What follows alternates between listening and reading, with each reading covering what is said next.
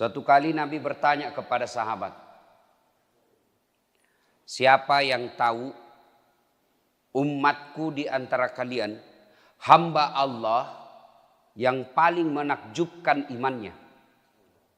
Jadi makutani Nabi tak, kira-kira makhluk yang paling menakjubkan imannya itu siapa?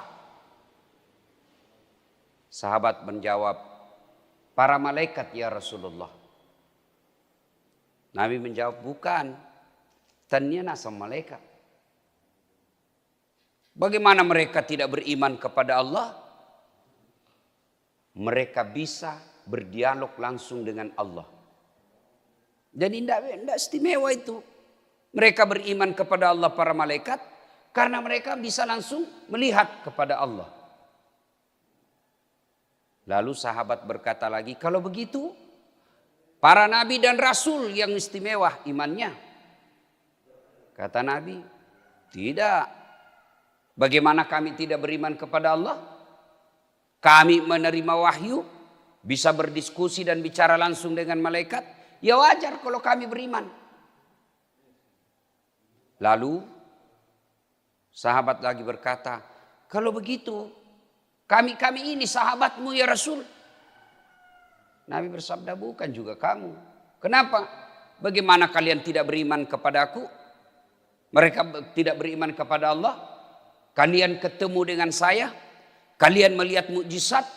Kalian bisa berdialog dengan saya. Ya wajar kalau kau beriman kepada Allah dan Rasulnya. Kau melihat saya. Kalau begitu seluruh sahabat berkata, kalau begitu siapa ya Rasulullah? Kira-kira siapa? Saya tanya, bapak-bapak pernah ketemu Allah? Bapak pernah ketemu Allah? Coba jawab, pernah ketemu Allah? Tidak. Pernah ketemu Nabi? Pernah lihat mukjizat? Pernah lihat mukjizat Nabi? Subhanallah, tidak toh? Tapi apa bapak beriman kepada Allah? Beriman kepada Allah dan Rasulnya? Beriman. Luar biasa. Tidak pernah ketemu Allah. Tidak pernah melihat Nabi. Tidak pernah melihat mukjizat. Tapi beriman kepada Allah. Percaya kepada Allah dan Rasulnya. Maka kata Nabi, kalian inilah yang menjadi orang-orang yang menakjubkan imannya. Yang insya Allah bersama saya nanti minum di telaga Al-Kautsar. Kita semua lah ini. Tidak pernah lihat Nabi. Tidak pernah ketemu. Tidak pernah lihat mukjizat. Tapi kita datang sholat subuh. Itu bukan karena menunggu hadiah. Bukan karena mengharap bonus. Ada pembagian baju seragam. Ada pembagian sembako. Kalau datang, memang dia lihat hadiahnya. Sekarang apa ada yang mengharap beras datang ke sini? Tidak. Apa yang menggerakkan Bapak datang ke sini? Karena percaya kepada Allah dan beriman kepada Rasulullah. Maka itulah orang-orang yang menakjubkan imannya. Kita lah semua ini. Tapi apa cukup sampai di situ? Belum. Sebab Nabi pernah. Assalamualaikum warahmatullahi wabarakatuh. Salat maghrib. Assalamualaikum warahmatullahi wabarakatuh. Ada sahabat namanya Sa'labah. Ini Sa'labah. Assalamualaikum warahmatullahi wabarakatuh. Sahabat yang lain bersikir. Allahumma antas salam. Ini Sa'labah. Allahumma lantas jalan. Assalamualaikum. Lupa. Langsung lompat. Sahabat yang lain bersikir. Ini langsung lompat. Pergi. Karena ada orang begitu Pak. Assalamualaikum. Salam. Lihat-lihat pintu. Mana ini? Dan yang paling menjengkelkan lagi, dia ambil saf paling depan, baru assalamualaikum, langsung pergi. Karena dia bilang tidak ada doa bersama. Ada kan yang begitu? Itu tidak beradab. Kalau Bapak tidak mau doa bersama, tidak mau bersikir bersama selesai sholat, tolong hargai orang yang mau sikir. Gimana caranya? Di belakanglah kau duduk supaya kau tidak halang-halangi orang yang main. Kamu coba lihat, ada itu yang begitu Pak toh. Assalamualaikum. Langsung lupa. Kau tidak hargai orang tua yang ada di sampingmu. Mu polo-polo. Itu orang-orang tidak beradab itu. Biar hebat ilmumu, kalau kau tidak beradab, tidak ada nilaimu di hadapan Allah. Karena Nabi jelaskan, hairun nas anfa'hum linnas. Paling baik di antara kalian yang paling bagus manfaatnya. Kau rugikan orang, kau injak-injak. Bahkan Nabi ditanya, untuk apa kau datang ke muka bumi ya Rasul? Untuk apa kau diutus ke muka bumi? Kata Nabi, mencerdaskan kehidupan bangsa. Bukan. Memberantas kemiskinan. Bukan. Untuk apa? Liutammimal makarimal akhlak, memperbaiki akhlak. Kira-kira kalau bapak assalamualaikum masih sikir-sikir tiba-tiba dipotong, tersinggung apa tidak? Tersinggung apa tidak? Tersinggung pak. Mau kurang jarak nih ya. Maka kalau bapak ibu tidak mau bersikir setelah sholat, tidak mau bersikir bersama, ya sudahlah, di belakanglah duduk, di belakanglah ambil saf supaya anda tidak melukai perasaan sesamamu muslim. Nah, ini Sa'labah. Assalamualaikum warahmatullahi wabarakatuh. Lompat. Dilihat sama Nabi. Sa'labah ini tidak tahu bersikir-sikir. Hari kedua juga begitu. Assalamualaikum warahmatullahi wabarakatuh. Labus sih. Hari ketiga begitu lagi. Dipanggil sama Nabi. Sa'labah sini kau dulu. Kau ini sombong sekali. Kayak kau tidak membutuhkan Allah dalam hidupmu. Ya selesai kau sholat berdoalah kau dulu. Duduklah kau sebentar, bersikir-sikir, memuji Allah, berdoa. Ini kayaknya kau sombong sekali tidak membutuhkan Allah. Jadi kalau ada orang pak selesai sholat langsung pergi, ada dua kemungkinan. Satu, dia sombong merasa tidak membutuhkan Allah. Yang kedua mau sekali berak. Berak di jambang. Mudah-mudahan yang cepat pulang tadi itu karena mau buang air besar. Atau mau pergi urus perahu. Ya kan?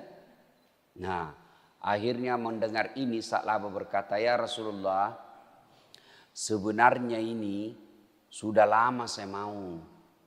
Tapi baru ini ya sekesempatan lah. Saya ini orang miskin ya Rasul. Satu di sarungku. Ada di sini yang satu sarungnya? Ada di sini satu sarungnya Pak? Tidak mungkin. Ini Sa'labah satu di sarungnya. Ya Rasulullah sik dimilih pakku kesik. Komondro kak masih kiri. Saya tinggal bersikir. Tidak ada nak pakai istriku. Menunggu kesengin istriku di rumah. Bergiliran nak pakai ini sarung. Sementara waktu maghrib cepat habis. Jadi kalau saya lama bersikir habis maghrib. Tidak ada pakai istriku. Kira-kira ada miskin begitu di sini? Ada? Tidak mungkin Pak, orang Bugis jangankan sarung satu, istrinya aja kadang dua. Maka Sa'labah lalu berkata kepada Rasulullah, ya Rasulullah karena sudah terlanjur Anda tanya saya ini, tolonglah doakan saya kasihan, supaya saya kaya juga. Kata Nabi Sa'labah, siapa teladanmu? Anda ya Rasulullah. Siapa yang kau contoh dalam hidupmu? Anda ya Rasulullah. Kau lihat saya kaya? Tidak ya Rasul. Ya sudah ngapain kau kaya pulang mau kau? Pulang. Kau pikir-pikirlah. Kau kira enak jadi orang kaya. Kau pikir-pikir dulu. Pulang salam. Besok ketemu lagi sama Nabi ya Rasulullah. Saya sudah pikir-pikir ini. Sudah pikir.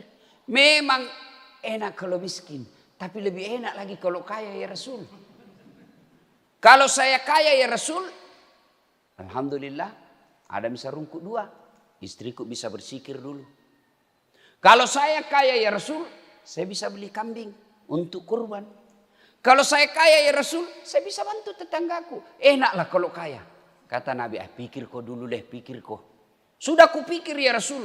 Memang enak miskin. Lebih enak lagi kaya. Kau mampu memikulnya. Siap insya Allah saya mampu memikulnya. Baiklah kalau begitu. Akhirnya Nabi doakan. Nabi kalau doakan pasti diterima Pak. Ya Allah bukakan pintu rezekinya. Murahkan rezekinya. Sudah didoakan. Nabi kasih Alqamah. Alqamah ini. Sa'labah. Nabi kasih Sa'labah. Kambing. Seekor kambing betina yang hamil tidak ada suaminya. Kambing Pak hamil tidak ada suaminya. Pernah lihat kambing di sini hamil tidak ada suaminya? Pernah? Ya biasa namanya juga kambing. Masa ada kambing akad nikah? Saksi das atlatif. Wih, kambing nikah. Kambing. Tapi biasa namanya kambing, Pak. Tapi sekarang zaman modern, banyak juga cewek mau saingan sama kambing. Hamil tidak ada suaminya. Bembe. Ya? Nah, pulang. Dikasihlah kambing hamil. Subhanallah, dengan izin Allah, dari 1 ekor menjadi beberapa ekor. Dari beberapa ekor menjadi puluhan ekor. Mulailah si busak laba. Yang tadinya belum azan sudah di masjid, ini kamak nih baru datang. Dah bilang Nabi, nak kena ni abalak sak laba. Lewat. Dulu waktu belum ada perahunya, belum azan sudah ada di masjid. Sekalinya sudah ada perahunya. Sudah kamak baru datang. Sibuk nih ngurus ilopina. Akhirnya apa? Makin hari dari puluhan ekor menjadi ratusan ekor. Akhirnya apa? Bukan lagi kamak dia datang. Mas sebuk nih. Masbuk. Masbuk, Pak. Sudah rakaat terakhir baru datang. Dalam hati Nabi nak natongannya wala. Karena betul sudah ini musibah sak laba. Lama-lama makin banyak kambingnya. Tidak muncul misak laba. Tidak muncul sama sekali berjamaah. Lalu Nabi bertanya, saudara-saudara sekalian, ada yang lihat sak laba? Tidak ya Rasul, sibuk ngurus kambing. Inna lillahi wa inna ilaihi raji'un. Apa yang saya cemaskan betul terjadi. Kan banyak begitu Pak Tok. Waktu belum punya mobil, biar hujan datang jamaah Pak. Sekalinya sudah punya mobil, tidak pernah milik masjid. Akhirnya turun ayat perintah tentang zakat. Nabi katakan, kau pergi minta zakatnya sak laba. Piko mintai, suruh bayar zakat kambingnya. Pergilah sahabat. Assalamualaikum warahmatullahi wabarakatuh. Waalaikumsalam warahmatullahi wabarakatuh. Kau, ya sak laba, kami diperintah Rasulullah untuk mendatangimu minta zakatmu. Minta kau keluarkan kambingmu. Apa kata sak laba? Apa? Nabi minta kambing, bayar kau zakatmu. Enakmu. Saya setengah mati urus ini kambing. Siang malam saya urus. Gara-gara ini kambing saya tidak datang ke masjid. Kamu datang minta-minta. Siapa kamu? Lapor sama Nabi. Inna lillahi wa inna ilaihi raji'un. Nah kenatongannya balak salabah. Datang 2 kali. Tidak bayar zakat. Datang ketiga kalinya penagih zakat. Tidak mau. Akhirnya wafat Rasulullah. Tidak pernah bayar zakat salabah. Ada yang terlupa. Sebelum wafat Rasulullah turun perintah Quran. Informasi banyak di antara kalian sebelum dia kaya hamba Allah. Tapi setelah kaya menjadi hamba harta. Wetuna rodega ga waramparana. Maraji mas sempajang. Si sekalina mega waramparana. Nalupai ni punga Allah Ta'ala. Lebih nasompa ni waramparana. Ayat ini disampaikan kepada Sa'labah. Sa'labah, baru ayat turun. Kamu nak kena ini. Kau je orang Madinah begini. Sa'labah kemudian istighfar. Astagfirullah. Dia ambil hartanya kambingnya. Dia kirim datang kepada Nabi. Ya Rasulullah terima zakatku. Apa kata Nabi Sa'labah? Sudah bawa mi pulang itu kambingmu. 3 kali saya pergi. Utusanku 3 kali itu sahabatku. Kau suruh tapi kau tidak mau bayar. Sudah kau kasih malu saya. Bawa mi itu. Andre. Kalau orang Bugis, Andre kau lah aja. Andre nih, Andre mana nih? Maka kau pulang. Wafat Rasulullah. Sa'labah datang bawa zakatnya kepada Umar. Abu Bakar. Abu Bakar kata, mana saya berani? Nabi tidak terima. Apalagi saya tidak berani saya. Wafat lagi Abu Bakar diganti oleh Umar. Ya Amiral Mukminin, terima zakatku. Kata Umar, Nabi tidak berani terima. Abu Bakar tidak terima. Mana saya berani? Akhirnya gelisah Sa'labah,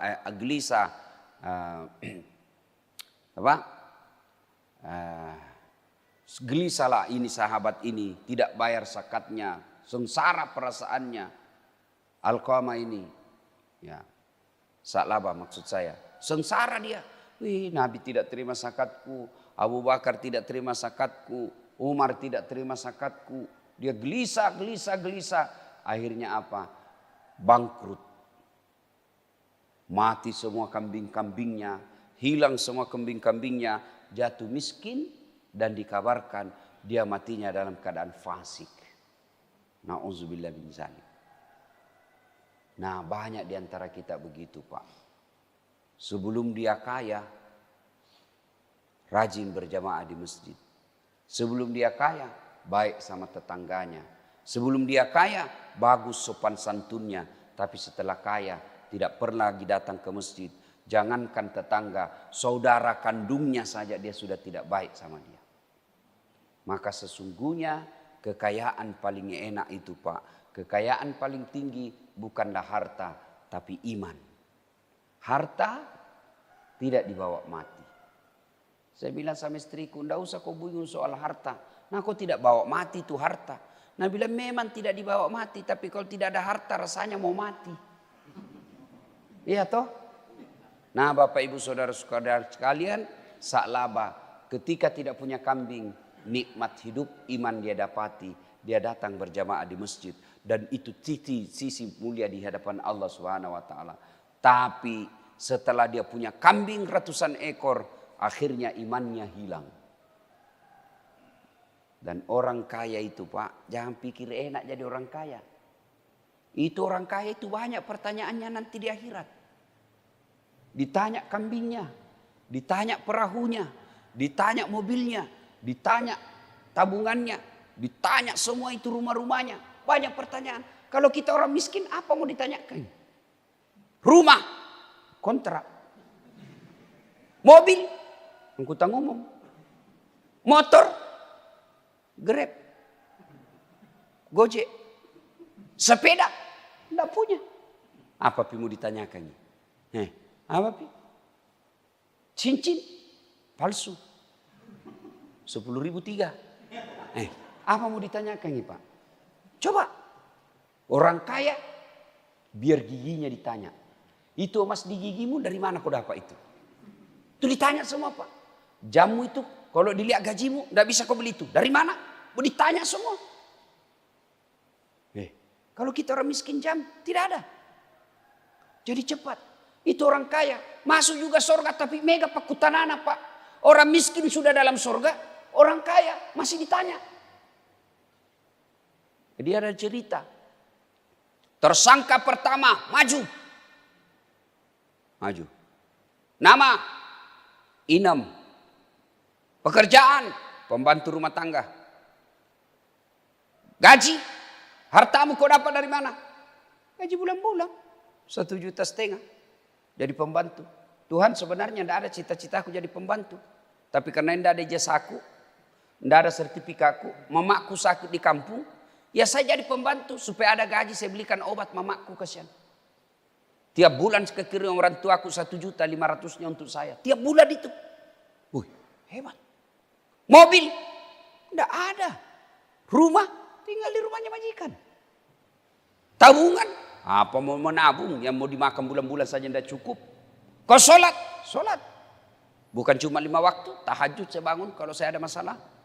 Kau puasa, alhamdulillah bukan cuma Ramadan, Senin Kamis saya puasa. Kau sedekah, ya kadang-kala kalau saya beli sayur, saya beli lebihkan 1.000 rupiah untuk penjual sayur. Bagus kalau begitu. Kau masuk surga, Inem. Masuklah surga. Tidak banyak pertanyaannya, Pak. Masuk surga. Beberapa tahun kemudian, tersangka nomor 1013 maju. Wih, Nalia Inem. Ini bosku. Ini yang paling seke ini. Dia diintip sama Inem. Bagaimana modelnya dia ditanya? Mulailah ditanya, Pak. Nama Haji Baco. Pekerjaan juragan kapal. Mulai ditanya. Itu kapalmu dari mana? Tidak jelas, ditumbuk. Tak lempar matanya satu, Pak. Ditunggu dikeluar ke matanya Pak. Itu palu-palunya malaikat kata Nabi.